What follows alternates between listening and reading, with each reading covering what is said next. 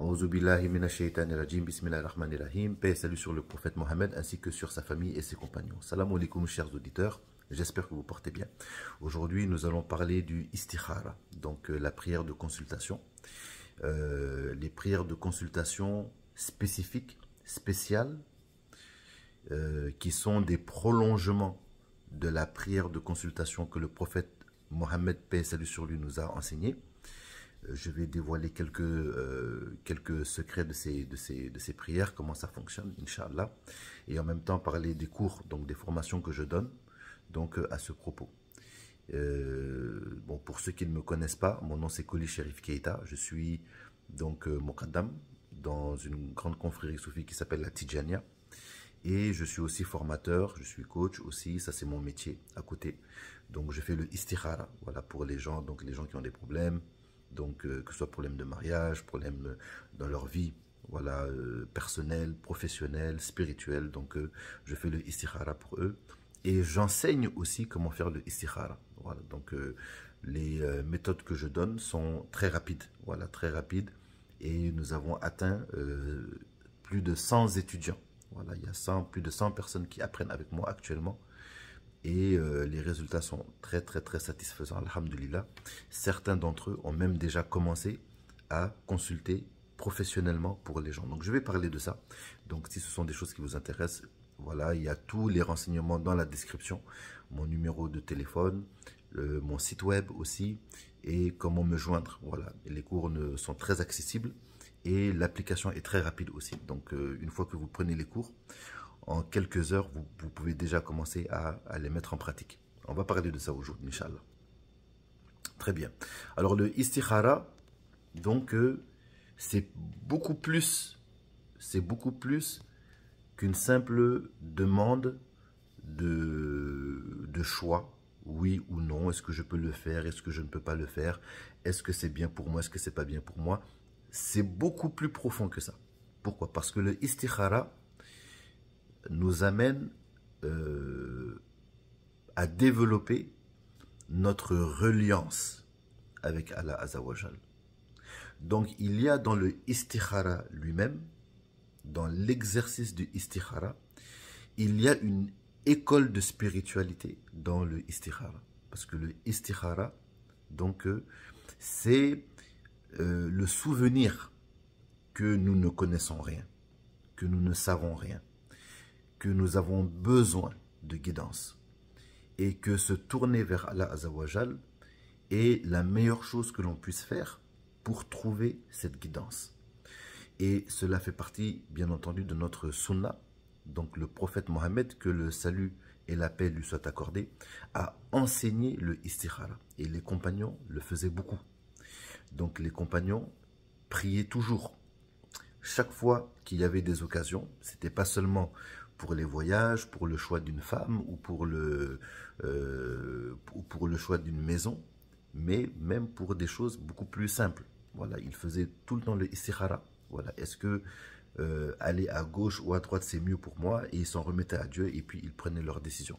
Donc il y a beaucoup de manières, voilà, de trouver de la guidance. Et le prophète Mohammed, que la paix et le salut lui soient accordés, a mis les bases. Il a mis les bases, voilà, les bases du istikhara.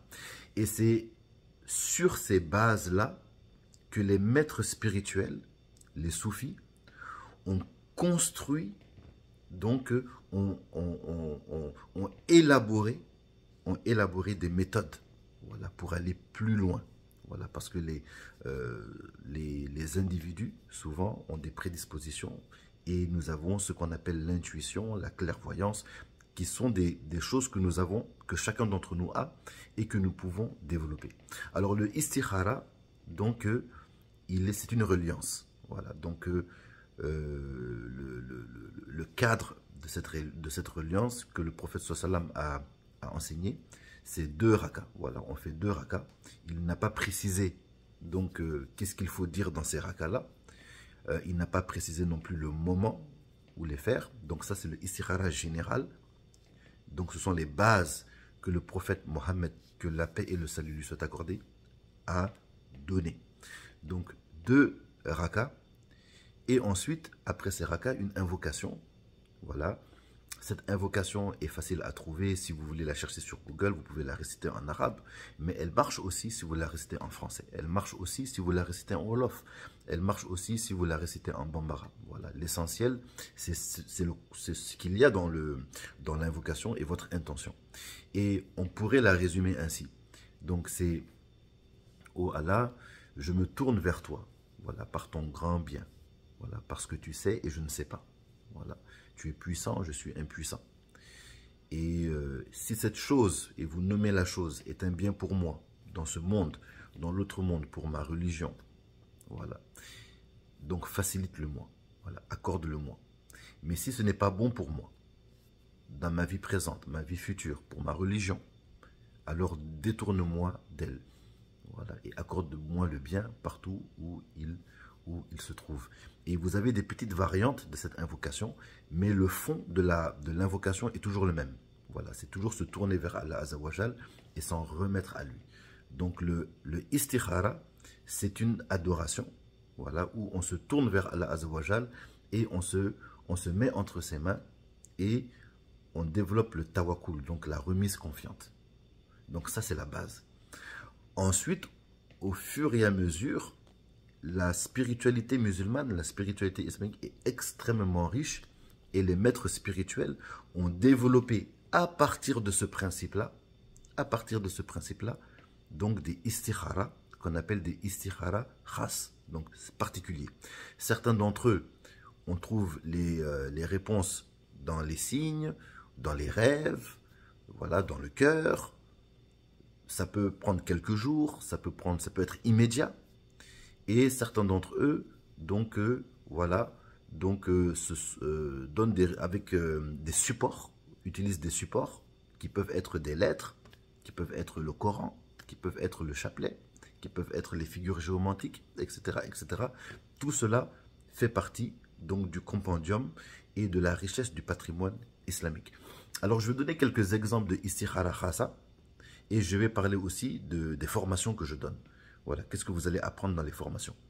Donc, parmi les istikhara khasa, vous allez voir que, par exemple, tous les maîtres spirituels, tous les marabouts, donc, peuvent vous donner des formules. Par exemple, il y a un istikhara que je donne, qui est, par exemple, de faire 2 rakas.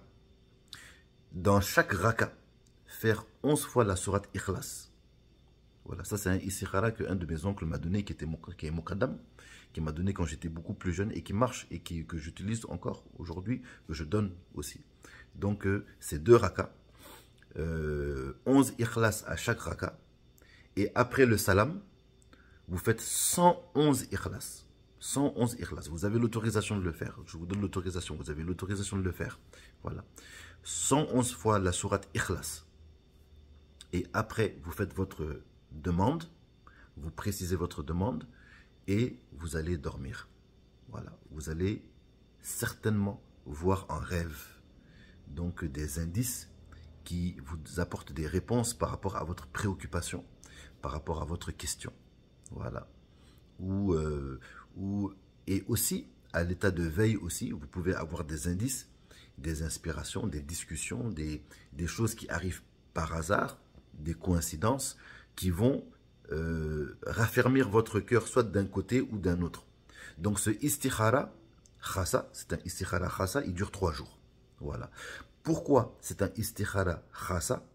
C'est un istikhara khasa parce qu'il y a des choses qui sont particulières dedans. Voilà. Dans le istikhara que le prophète Mohammed nous a donné, le prophète, paix et salut sur lui, ne nous a pas précisé les sourates à réciter. Il a laissé ça général. Mais dans ce istikhara khasa, on va utiliser la sourate Ikhlas. Voilà, ça fait partie du Coran et de la Sunna. On va utiliser la sourate Ikhlas parce que la sourate Ikhlas, il y a un secret de limpidité dans la sourate Ikhlas. Vous allez voir que la plupart des istikhara khasa ont beaucoup la sourate Ikhlas à l'intérieur. Voilà. Parce que la sourate Ikhlas, elle a un secret de clarification, voilà, de limpidité, de quintessence. Donc, on voit beaucoup avec ça. Donc, c'est un istikhara khasa parce qu'il provoque des rêves. Et pour ceux qui sont donc prédisposés aux rêves, voilà, qui rêvent facilement, il y en a qui rêvent pas beaucoup, mais il y en a qui rêvent très facilement, eh bien, ce istikhara est très bon pour eux. Il y en a d'autres des istikhara khasa. Il y en a une, on ne peut pas les donner. Il y en a tellement. Donc, il y a un autre istikhara, khasa, qu'on appelle donc chez les Tidjan, donc dans la confrérie Tidjani, la confrérie soufi Tidjani, qu'on appelle istishara. Donc là, c'est une manière, donc on peut consulter directement Sidna Cheikh Ahmed Tidjani, que Allah sanctifie son précieux secret. On peut le consulter directement. Voilà. Souvent, vous allez voir dans les autres confréries soufis, souvent, les chouyours donnent souvent beaucoup de istikhara khasa à leurs disciples. Voilà. Et il y a des confréries où leur cheikh leur dit, si vous avez besoin vous voulez prendre une décision, pensez à moi. Voilà, avec cette intention-là, et les choses vont se clarifier dans votre cœur. Vous allez voir ça dans beaucoup de confréries soufis, dans la Tidjania aussi, nous avons ça aussi. Si vous regardez le Ifadat al-Ahmediyya, qui est un livre parmi les livres références de la Tariqa, vous allez voir une parole de Cheikh, de Sidna Cheikh Radiallahu Anhu, où il dit, donc même si je ne suis pas là, donc même après son départ dans l'autre monde, si vous avez besoin d'une réponse, donc d'une indication ou d'une clarification par rapport à une préoccupation que vous avez, que cette préoccupation, elle soit religieuse ou profane, récitez une Fatiha. Sans Salatul Fatihi, vous l'offrez au prophète Mohammed sallam et vous me posez la question. La première pensée qui arrive dans votre cœur, c'est la réponse. Voilà. Et c'est extraordinaire. Voilà. Parce que le Sidna Cheikh Ahmed Tidjani, que Allah sanctifie son précieux secret, il était disponible pour les disciples lorsqu'ils venaient avec des préoccupations. Donc les disciples venaient lui parler de toutes sortes de problèmes. Des problèmes financiers, des problèmes de couple, des problèmes de santé, des problèmes spirituels. Et il était là pour eux, il répondait à leurs questions, il les aidait, il les orientait. Et vous allez voir que beaucoup de chefs religieux de Mokadem ont hérité de ce genre de fonction-là, où ce sont des leaders communautaires, ils doivent aider les gens. Mais pour aider les gens, il vous faut des outils spirituels. Voilà, donc développer des istikhara khasa, donc développer l'intuition, développer la firasa, etc., etc. Tout ça, ça aide.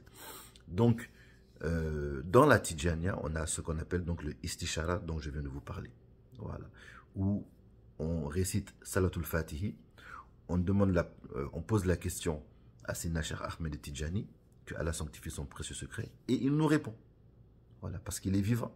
Voilà, il est vivant. Donc les awliya ne meurent pas. Ils sont juste dans un autre monde. Ils passent dans un autre monde. Voilà. Donc, de la même manière que les martyrs ne sont pas morts, c'est la même chose pour les amis de Dieu. Voilà. Les awliya, donc, ne meurent pas. Ils sont même beaucoup plus forts, beaucoup plus puissants, beaucoup plus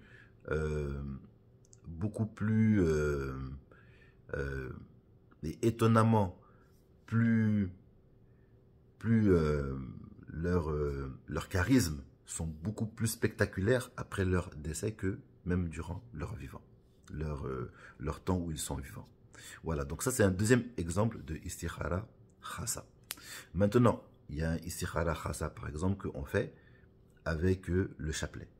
Donc ça c'est un istikhara que j'enseigne dans les cours, dans les formations. Donc la réponse est immédiate. Donc le chapelet devient comme un guidon. Voilà, comme un guide. Non, pas comme un guide, mais plutôt comme un volant. Voilà, comme un volant. Comme si vous avez une voiture ou une monture. Et le chapelet devient donc comme un guidon. Il y a une méthodologie pour la faire. Elle est rapide à apprendre. Et maintenant, lorsque vous la pratiquez, vous découvrez que vous avez vous-même des signes à l'intérieur de vous-même et des manières de les lire, des manières de le voir. Donc ça, on fait ça avec le istikhara khasa, ça s'enseigne.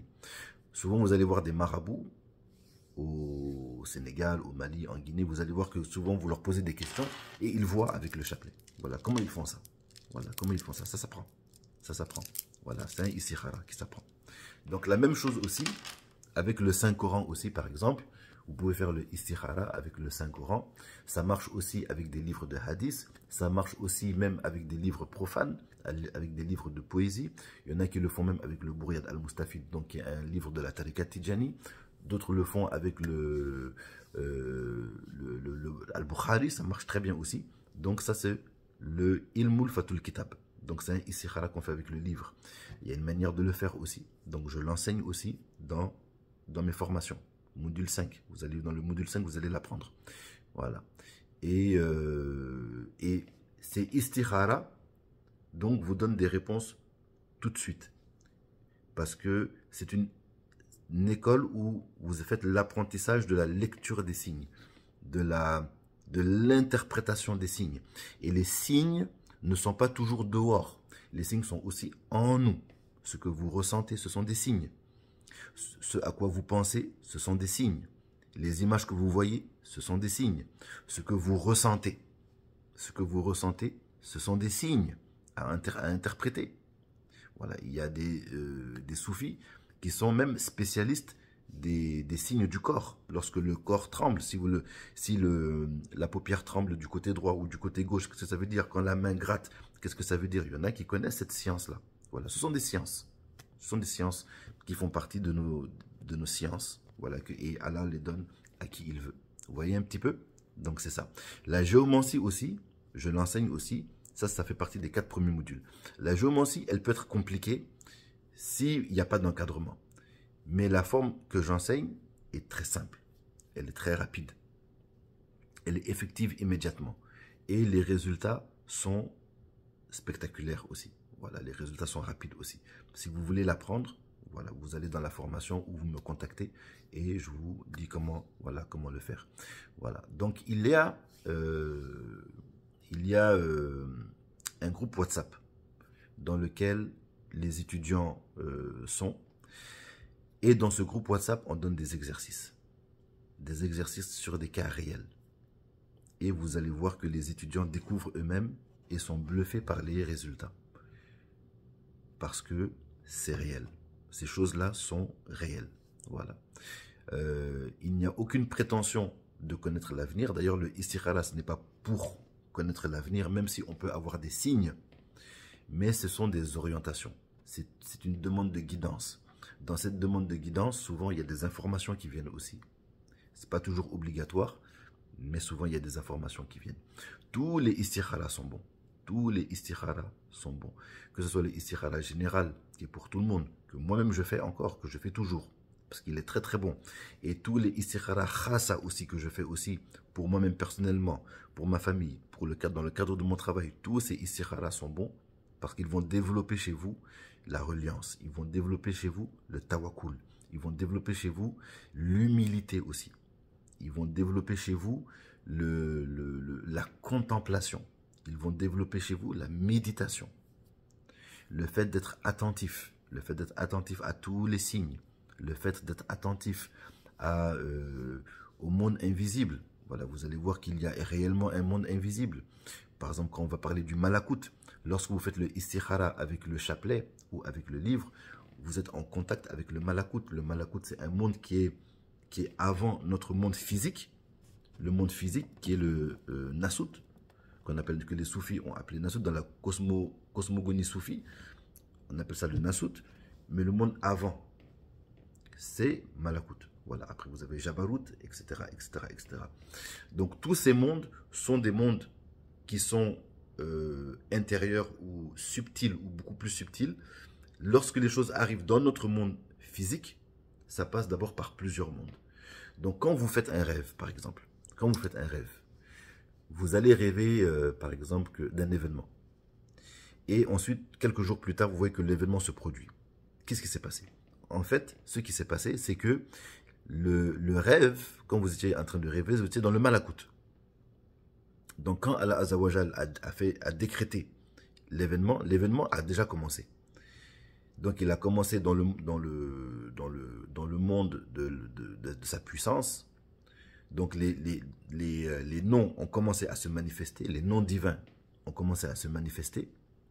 Ensuite, c'est arrivé dans le malakout. Dans le malakout, il a déjà pris forme. Et vous avez vu ça dans le malakout, quand vous étiez en train de dormir. Et quelque temps après, ceux qui étaient déjà dans le malakout s'est manifesté dans le monde physique.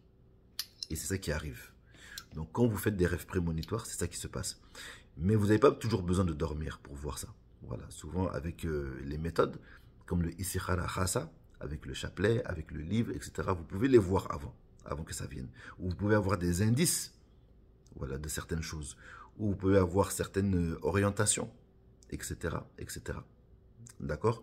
Alors maintenant, pour qui le Istikhara Khasa peut être utile? Ça peut être utile à tous les musulmans. Donc moi, je ne l'enseigne pas seulement aux Tidjanes. Tous ceux qui apprennent les cours, donc il y a même des chrétiens qui apprennent aussi. Par exemple, les chrétiens, j'ai quelques élèves qui sont chrétiens qui apprennent. Et ça marche aussi avec eux, parce que ce sont des monothéistes.